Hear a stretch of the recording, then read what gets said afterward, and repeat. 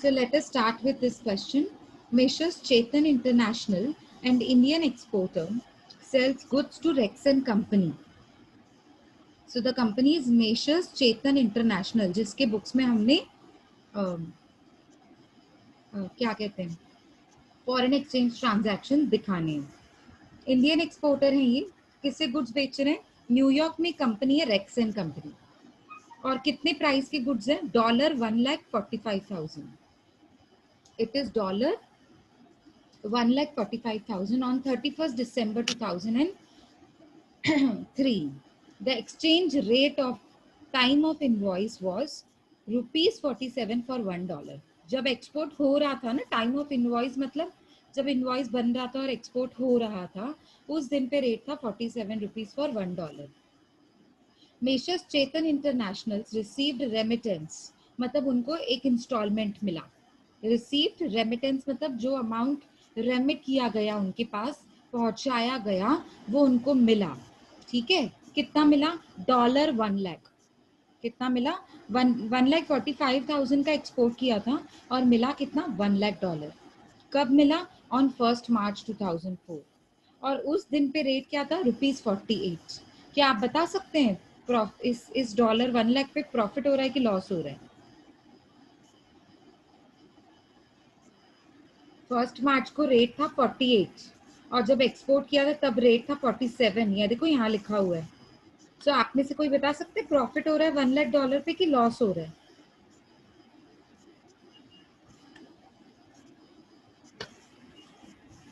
Yes, सुन रहे हैं lecture कि नहीं? Come on, answer me.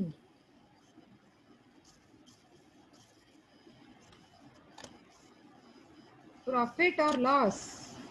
$1 lakh की बात कर रही हूं मैं. यस, इट्स ओके, अनम्यूट करके बोल सकते हैं.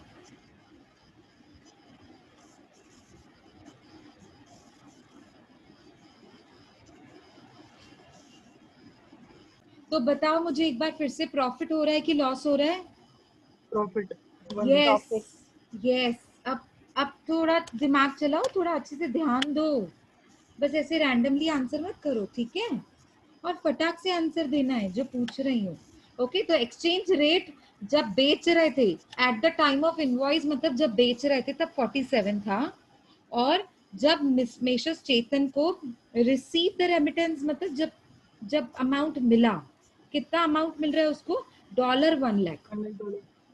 $1 lakh on 1 March and the rate on 1 March is ₹48. तो ज्यादा हो गया मतलब प्रॉफिट है. अच्छा, अब है ना, जिसकी वजह से मैं सम करवा रही हूँ ना, वो ये आगे वाली पॉइंट है. आवाज आ रही है सबको? Yes ma'am. Okay. The local bank deducted their charges of ₹1,000 while crediting the amount in account of Messrs Chetan Internationals. अब है ना क्या हो गया, ये देखो, मेशर्स चेतन इंटरनेशनल जब न्यूयॉर्क में बेच रहे हैं, अमाउंट रिसीव कर रहे हैं, इंस्टॉलमेंट रिसीव कर रहे हैं, तब है ना ये सारी सर्विसेज आपको बैंक देती है. आपको न्यूयॉर्क जाके अमाउंट लेके नहीं आना होता है. आपको सारी सर्विसेज कौन देता है? बैंक देती है. और बैंक ने रिसीव क्या किया? डॉलर्स. उसमें कन्वर्ट करके रुपीस में कौन देता है? आपको बैंक देती है. मतलब आपको बैंक कितनी सारी सर्विसेज दे रही है, तो उसके लिए कुछ तो चार्जेस चार्ज करेगी ना, कुछ तो कमीशन, कुछ तो फीस चार्ज करेगी कि नहीं करेगी? इसीलिए आपकी बैंक मेशर्स चेतन इंटरनेशनल की बात चल रही है. द लोकल बैंक मतलब द इंडियन बैंक. तो जो लोकल बैंक है, डिडक्टेड देयर चार्जेस, मतलब मेशर्स चेतन इंटरनेशनल की बात चल रही है.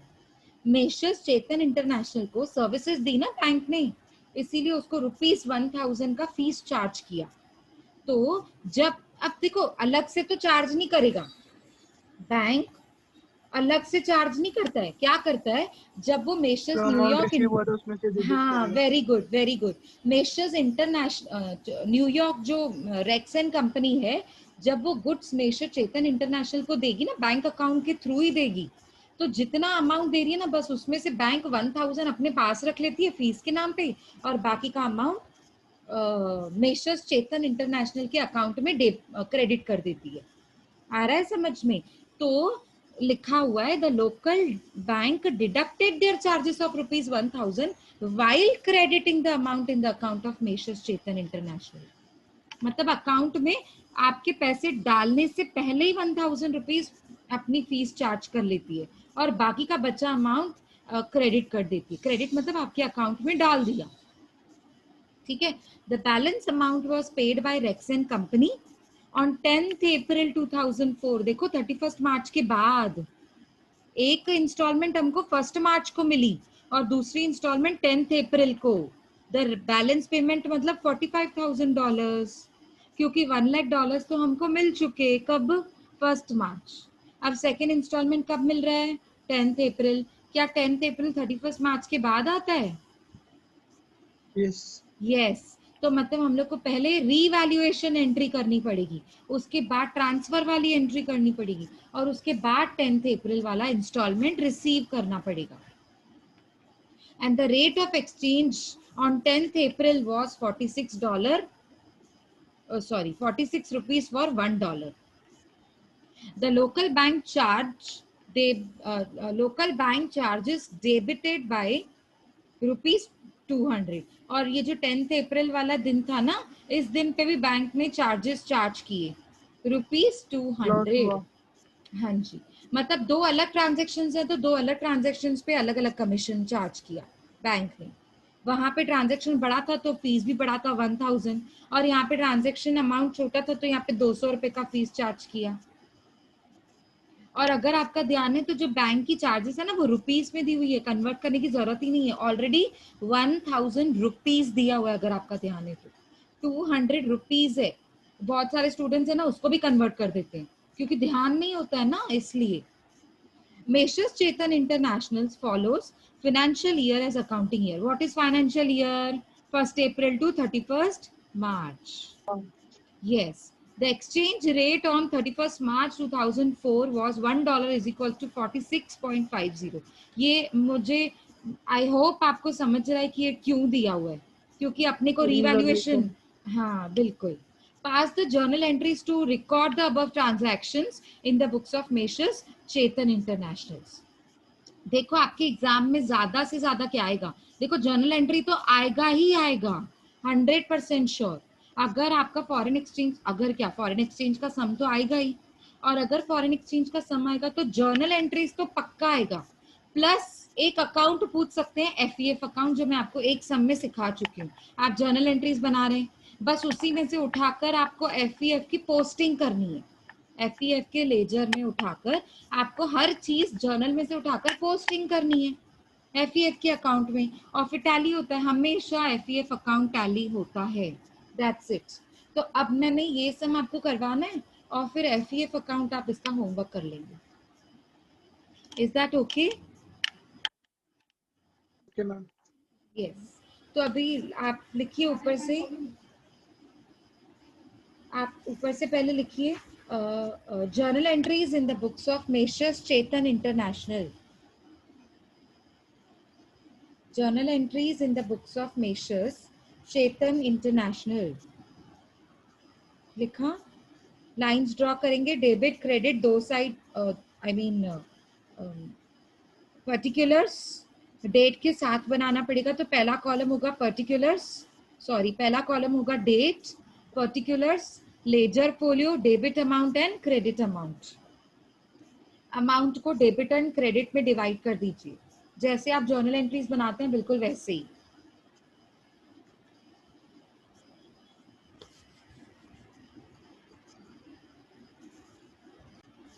सो let us start with first entry. अब देखो मेशर्स चेतन इंटरनेशनल ने 2003 मतलब 31 दिसंबर 2003 को बेचा, सेल किया, एक्सपोर्ट किया, जो भी चीज बोलो आप। तो लिखो डेट के कॉलम में लिखो 31 दिसंबर 2003, 31 दिसंबर 2003। मुझे कोई बताएगा जब रेक्सन कंपनी को बेच रहे हैं मेशर्स चेतन इंटरनेशनल, तो एंट्री क्या पास होगी? Rexon company account debit to export account. Very good. लिखो मेशर, ठीक है मेशर्स लिखने की जरूरत नहीं, सीधा लिखो रेक्सन कंपनी अकाउंट डेबिट, क्योंकि ये मेरा डेटर है क्योंकि ये गुड्स रिसीव कर रहे हैं, debit the receiver. Rexon company account debit to export, या ब्रैकेट में सेल्स भी लिखेंगे तो चलेगा, टू एक्सपोर्ट ब्रैकेट में सेल्स अकाउंट, या ब्रैकेट में गुड्स को लिखेंगे ना तो भी चलेगा कि एक्सपोर्ट क्या कर रहे हैं, गुड्स को। तो गुड्स को क्रेडिट क्यों किया, क्योंकि क्रेडिट व्हाट गोज आउट, क्योंकि आपके यहाँ से गुड्स गए, आपने बेच दिए, चले गए, क्रेडिट व्हाट गोज आउट। ठीक है, ब्रैकेट बनाएंगे हम। पहले ब्रैकेट कैसे बनाते थे, कोई बताएगा ब्रैकेट कैसे बनाएगा? आई मीन यहाँ पे ब्रैकेट कैसे बनेगा?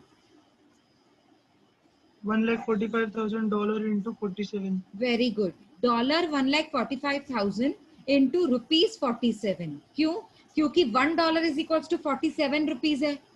तो $1,45,000 कितना, क्रॉस मल्टीप्लाई।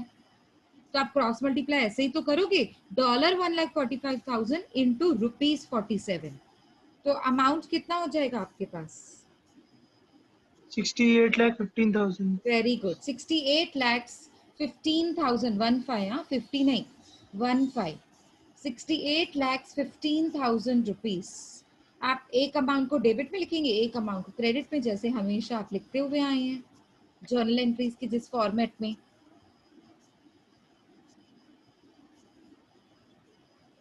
ठीक है, इतना सबका हो गया। अब नरेशन आप लिख देना बाद में, being goods exported to Rexon company at the rate ₹47 for $1। ठीक है, ये बाद में आप लिख देना। अब आ जाओ नेक्स्ट, सेकेंड ट्रांजैक्शन पे आ जाइए। मुझे बताइए सेकेंड ट्रांजैक्शन का डेट क्या है? 1st March. वेरी गुड, लिखो 1 मार्च 2004। हाँ, 4 आ गया अभी, 4, 1 मार्च 2004, क्योंकि वो दिसंबर 2003 था।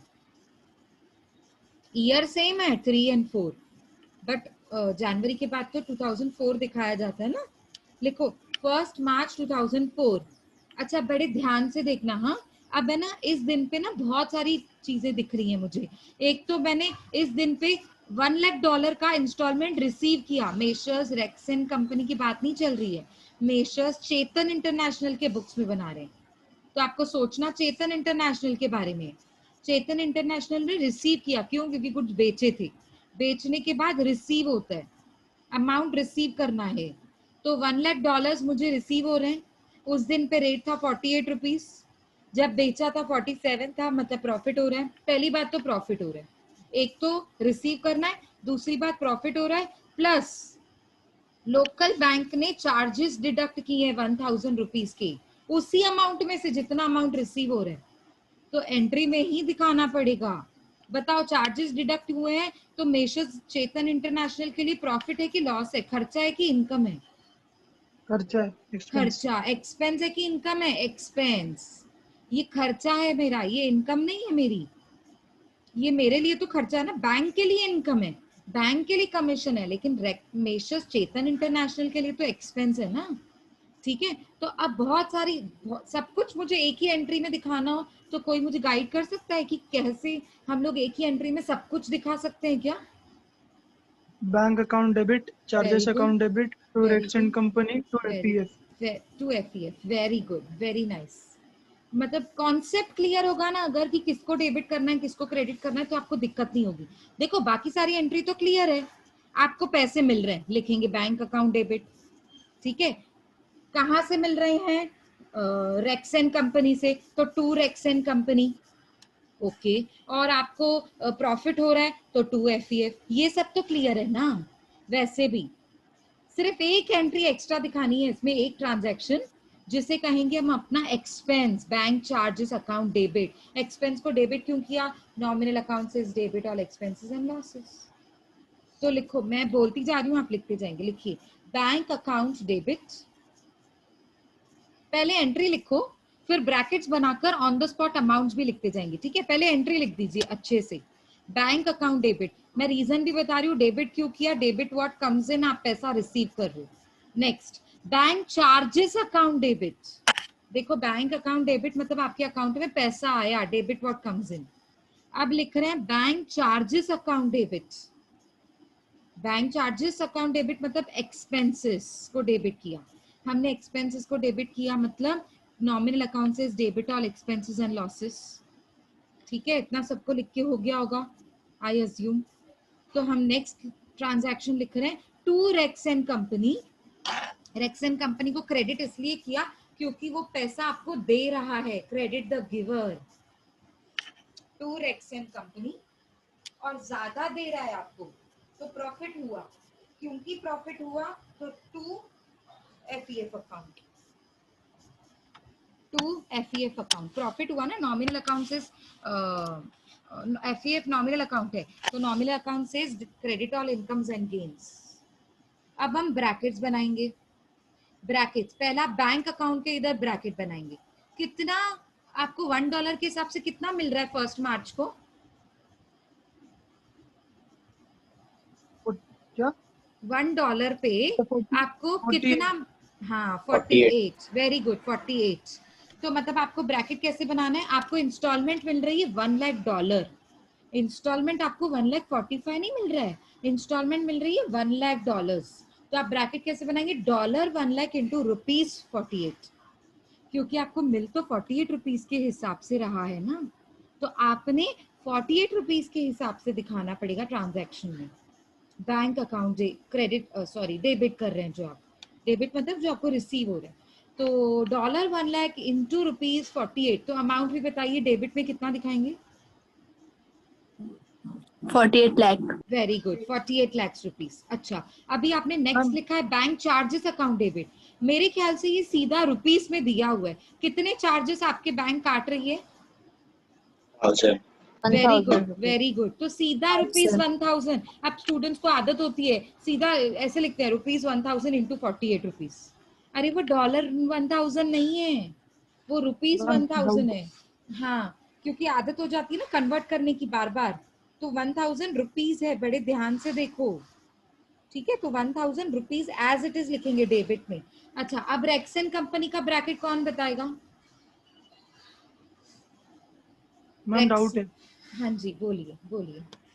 मैम बैंक अकाउंट का अमाउंट 47,99,000 आएगा कि 48 लाख आएगा? 48। मैं सुनो लॉजिक क्लियर करती हूँ, आपको डाउट कभी भी नहीं आना चाहिए इस पॉइंट पे। देखो आप मेशर्स चेतन कंपनी हो, ठीक है, आपकी कंपनी है चेतन इंटरनेशनल, आप हो, मैं रेक्सन कंपनी हूँ। अब आज के दिन पे 1 मार्च को रेट क्या चल रहा है? 48 रुपीज। मैं आपने मुझे फोन करके क्या बोला? आपने मुझे आज $1,00,000 का पेमेंट करना है। मैंने कहा ठीक है मैं आपको पेमेंट भेज रही हूँ। तो मैंने ना रेट चेक किया, रेट था 48 रुपीज, $1। $1 वो नहीं 48 रुपीज था। नहीं नहीं सुनो तो सही, आपका मैं समझ गई, डाउट समझ गई मैं। तो आपके अकाउंट में तो मैंने 48 लाख रुपीज भेजे ना, आप समझ रहे? मैंने आपके अकाउंट में तो 48 लाख रुपीज भेजे ना, तो 48 लाख आएगा। ओके आप क्या पूछ रहे हैं मुझसे डाउट? 48 रुपीज के हिसाब से पूछ रहे हो ना, कि 1,000 डिडक्ट करके पूछ रहे हो? क्या डाउट है आपका? 48 लाख रुपीज ही रिसीव होगा। हेलो आप मैम। समझ रहे? 48,000 में से वो 1,000 डिडक्ट करके लिखेंगे ना? हाँ वो अभी समझी मैं आपका डाउट, सॉरी। 48 लाख रुपीस नहीं लिखेंगे, 48 लाख में से 1,000 माइनस करके लिखेंगे, सॉरी मेरा इस बात पे ध्यान ही नहीं गया। देखो हेलो मैम। हाँ जी बोलो बोलो। मैम एक डाउट, मैम सेपरेट एंट्री मार सकते हैं ना चार्जेस का? चलेगा कोई प्रॉब्लम नहीं, लेकिन उसमें ना प्रॉब्लम क्या हो जाएगी, आपने पहले 48 रिसीव करना है, उसके बाद आपने 1,000 का अलग दिखाना है। तो देखो बात तो एक ही हो जाएगी ना, कि आप एक साथ दिखाओ 48 में से काटो, या फिर अलग से दिखाओ 48 में से काटने के लिए। मैं आपको बहुत सिंपल चीज बता रही हूँ, सुनो।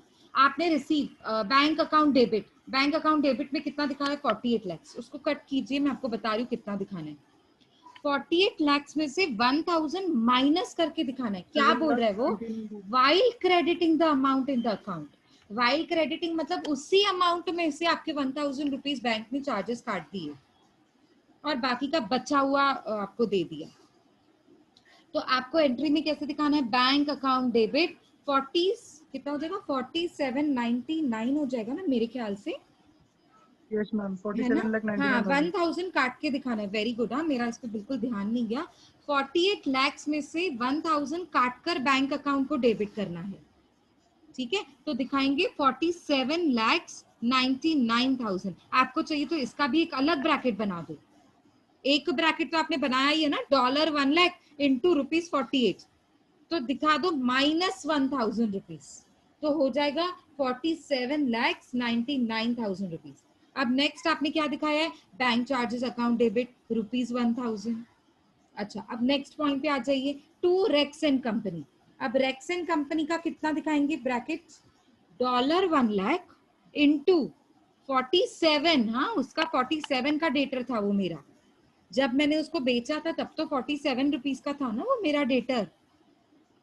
तो दिखाएंगे $1 लाख इंटू 47 रुपीज, तो बताओ अमाउंट कितना हो जाएगा। 47 लाख कहाँ पे दिखाया, डेबिट में कि क्रेडिट में? क्रेडिट में। वेरी गुड, क्रेडिट में। अच्छा, अभी 2FEF में आ जाइए। आप मुझे बताइए, आपका जो डेटा था वो 47 रुपीज का था, लेकिन उसने आपको पेमेंट 48 रुपीज की है, तो प्रॉफिट कितना हुआ $1 पे? यस, ₹1। ₹1 कितने डॉलर्स पे? $1 लाख पे। 1 लाख। यस, तो आप FEF में ब्रैकेट कैसे बनाएंगे, $1 लाख इंटू ₹1, $1 लाख इंटू ₹1। अगर चाहिए तो एक और ब्रैकेट बना सकते हैं कि ₹1 आया कहां से, ₹48 माइनस ₹47, अगर चाहिए तो, नहीं तो साफ दिख ही रहा है। ठीक है, तो आपका प्रॉफिट कितना हुआ बताइए, क्रेडिट में दिखाएंगे कितना अमाउंट, 1 लाख। हाँ 1 लाख। मतलब आप मुझे बताइए, डेबिट और क्रेडिट दोनों का टोटल मैच हो रहा है? हाँ 48 लाख। हो रहा है, Yes, मतलब ma'am. हमारा ट्रांजैक्शन राइट है। ठीक है, प्लीज ध्यान देना, बैंक अकाउंट डेबिट करना है 47 लैक्स, क्या था 99,000 रुपीज से। क्यों? क्योंकि 48 लैक्स में से ही 1,000 रुपीज आपका बैंक चार्जेस काट रही है। ठीक है, यश ने बताया ये पॉइंट, वेरी गुड यश, आपका ध्यान था, इनफैक्ट मेरा भी ध्यान नहीं गया इस बात पे। उसी अमाउंट में से काटना है, ओके, 48 लैक्स में से 1,000 माइनस कर देना। ओके, चलो आगे बढ़ते हैं। ये सबको क्लियर है? इसका नरेशन अगर लिखना है तो लिख दीजिए, being payment received, being payment received of $1 lakh at the rate 48 rupees,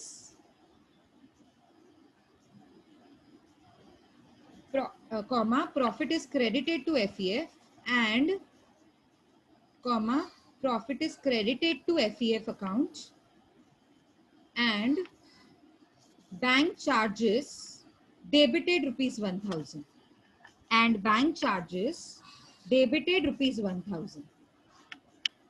ठीक है, सबको क्लियर है ये पॉइंट? अभी यहाँ तक किसी को कोई डाउट? मैडम FPF वाला बताओ ना जरा अमाउंट। FEF का 1 लाख आएगा, और कैसे आएगा वो सुनो। देखो, जब मैंने रेक्सन कंपनी को बेचा था तब वो मेरा डेटर 47 रुपीज का था, तब वो मेरा डेटर 47 रुपीज का था, लेकिन आज के दिन जब वो मुझे पेमेंट कर रहा है वो 48 रुपीज के हिसाब से पेमेंट कर रहा है, मतलब वो ₹1 मुझे ज्यादा दे रहा है, $1 पे, $1 पे ₹1 मुझे ज्यादा मिल रहा है, मतलब मेरा प्रॉफिट है। It means it is my profit, because it is my profit. तो FEF अकाउंट को क्रेडिट करेंगे, क्यों? क्योंकि नॉमिनल अकाउंट से credit all incomes and gains. तो अब $1 लाख मुझे रिसीव हो रहे, तो $1 लाख पे ₹1 का प्रॉफिट, $1 लाख पे ₹1 का प्रॉफिट, मतलब 1 लाख रुपीज हो गया ना, क्रॉस मल्टीप्लाई किया तो $1 पे, यस, $1 पे ₹1 का प्रॉफिट। तो मुझे $1 थोड़ी मिल रहा है, मुझे तो $1 लाख मिल रहे हैं। तो $1 लाख इंटू ₹1 का प्रॉफिट क्रॉस मल्टीप्लाई करेंगे तो आंसर आएगा ₹1 लाख। बड़े ध्यान से सुनो, $1 लाख नहीं, ₹1 लाख, क्योंकि मल्टीप्लाई 1 से किया ना, तो इसीलिए कोइंसिडेंटली सेम आ रहा है। ठीक है, अभी समझ में आया? डाउट क्लियर हुआ? Yes madam. ठीक है, okay, let us go to the next entry. ये ट्रांजैक्शन खत्म हो गया। अब देखो, उसने ना सीधा क्या बताया है, the balance amount was paid by Rexon company on 10th April. अभी लेकिन हम 10th अप्रैल नहीं करेंगे, हमने कौन सी एंट्री करनी है, 31 मार्च। 31 हाँ, उस 31 मार्च को हम क्या करते हैं, पहले 2 एंट्रीज करते हैं। पहले क्या करते हैं, कोई बताएगा? हाँ, वेरी गुड, रीवैल्यूएशन करेंगे, वेरी गुड। तो सबसे पहले रीवैल्यूएशन, हाँ, रीवैल्यूएशन के टाइम पे बैंक का कुछ लेना देना नहीं होता है। बहुत सारे स्टूडेंट्स, जब मैं पेपर्स चेक करती हूँ तब मैं देखती हूँ उन्होंने bank account debit, bank account credit, पता नहीं क्या क्या किया है। अभी कुछ पैसा रिसीव नहीं कर रहे हैं, कुछ भी रिसीव नहीं कर रहे हैं, जितने डॉलर्स बच गए हैं उसको बस हम रीवैल्यू कर रहे हैं। सुनो मेरी बात ध्यान से, एक्सपोर्ट कितने का किया था? डॉलर 1,45,000, डॉलर 1,45,000 का पैसा सॉरी एक्सपोर्ट किया था। हम रिसीव कितना कर चुके हैं 31 मार्च से पहले तक? $1,00,000। मतलब $1,00,000 की लेन देन खत्म, उसको देखना ही नहीं है। $1,00,000 का तो रिसीव कर लिया ना मैंने। जो बची हुई एसेट्स होती हैं उसको रीवैल्यू करते हैं। जो खत्म हो गई एसेट्स, जो बेच दी, जो खत्म हो गई है ही नहीं, उसको रीवैल्यू कैसे करोगे? तो रीवैल्यू किसको करेंगे? $45,000 को रीवैल्यू करेंगे। पहली पॉइंट। और दूसरी पॉइंट, इसमें हम पैसा रिसीव नहीं कर रहे हैं। बैंक अकाउंट ना डेबिट होगा ना क्रेडिट होगा, ना दे रहे हैं ना ले रहे हैं, सिर्फ रीवैल्यू कर रहे हैं। रीवैल्यू मतलब या तो प्रॉफिट या तो लॉस। देखते हैं 31 मार्च को क्या रेट था। 31 मार्च 2004 को क्या रेट था, कोई पढ़ के बताएगा? 46.50। Very good, 46.50। 46.50। मतलब 46.50 था, और जब मैंने बेचा था तब 47 रुपीज था। तो रेट कम हुआ कि बढ़ा? कम हुआ, लॉस। कितना कम हुआ पहले बताइए, कितना कम हुआ? 0.5। हाँ 0.5, जिसे हम कहते हैं 0.5, 50 पैसा कम हो गया। अच्छा 50 पैसा कम हो गया तो मैं मेशर्स चेतन इंटरनेशनल, मेरा प्रॉफिट हो रहा है कि लॉस हो रहा है? लॉस हो रहा है। वेरी गुड, अब समझ में आया आपको, मतलब ठीक है लॉस हो रहा है। तो अब जब भी लॉस होगा ना तो Rexon company account sorry FEF account debit करेंगे। ध्यान से सुनो, एफईएफ अकाउंट को मैंने डेबिट करना है। तो एंट्री बताइए क्या क्या होगी? FEF debit yes to Rexon company. Yes very. हाँ जी, तो अब हम कहाँ पे थे, कौन सी पॉइंट पे थे? सॉरी मैंने रिकॉर्डिंग भी बंद कर दी थी ना। 31 मार्च। हाँ जी 31 मार्च। तो एंट्री कैसे पास होगी बताएगा कोई? लॉस हो रहा है, हाँ, तो FEF account debit to Rexon company. ठीक है, लिखो FEF account debit to Rexon company account. उतने का डेटर मेरा कम हो गया, डेटर कम हो जाना मतलब डेबिट बैलेंस कम हो जाना, डेबिट बैलेंस कम हो जाना मतलब उसको क्रेडिट बैलेंस देना, सिंपल। तो foreign exchange fluctuation account debit to Rexon company, bracket बताइए, कोई ब्रैकेट बताएगा मुझे कैसे ब्रैकेट बनाना है? $45,000 into rupees 0.5। Very good $45,000। हाँ प्लीज आप नोट कीजिए, बहुत स्टूडेंट्स मिस्टेक करते हैं इसमें। डॉलर 1,45,000 भी नहीं लिखेंगे, डॉलर 1,00,000 भी नहीं लिखेंगे, डॉलर 45,000 लिखेंगे जितने बच गए, इनटू डिफरेंस लिखेंगे। डिफरेंस मतलब पहले 47 था अब 46.50 हो गया, मतलब चेंज कितना हुआ? 0.50 से चेंज हुआ, तो लिखेंगे इनटू 0.50, यानी कि आप इसको 0.5 भी कह सकते हैं। सो डॉलर 45 इंटू 0.50। तो आप मुझे बताएंगे कितना आंसर आ रहा है आपका? 22,000। हाँ मतलब 45,000 का आधा, बिकॉज 0.5 मतलब आधा, इट इज 22,500। अब आप मुझे बताइए फर्स्ट ट्रांजैक्शन में एफईएफ था? No ma'am. नहीं। सेकंड ट्रांजैक्शन में एफईएफ था? क्रेडिट में 1 क्रेडिट लाख। में 1,00,000 था। थर्ड ट्रांजैक्शन में एफईएफ कितना था? 22 नहीं, हाँ, डेबिट 22,500। 22,500, डेबिट 22,500। ध्यान से सुनो, तो आपके पास क्रेडिट बैलेंस ज्यादा है कि डेबिट ज्यादा है? क्रेडिट। हाँ तो अब ध्यान से सुनो मेरी बात, क्रेडिट बैलेंस को 1,00,000 में से डेबिट बैलेंस का 22,500 माइनस कर दो, मतलब डेबिट बैलेंस खत्म हो गया। हाँ फिर से बताइए, 77,500। Very good. यानी कि अब है ना स्टूडेंट्स इसमें कंफ्यूज होते हैं, मुझे एफईएफ को क्रेडिट करना है ट्रांसफर करते समय कि डेबिट करना है? बहुत सिंपल है। देखो एफईएफ को ओरिजिनली कितना बैलेंस है, क्रेडिट में से डेबिट माइनस हो गया, डेबिट खत्म हो गया, डेबिट तो खत्म हो गया ना पूरा, क्योंकि मैंने क्रेडिट में से माइनस कर दिया।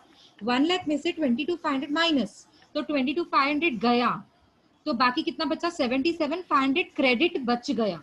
उस क्रेडिट को ट्रांसफर करना है, मतलब डेबिट में देना है। अगर एफईएफ को डेबिट में डालेंगे तो क्रेडिट में क्या डालेंगे, पीएनएल को डालेंगे।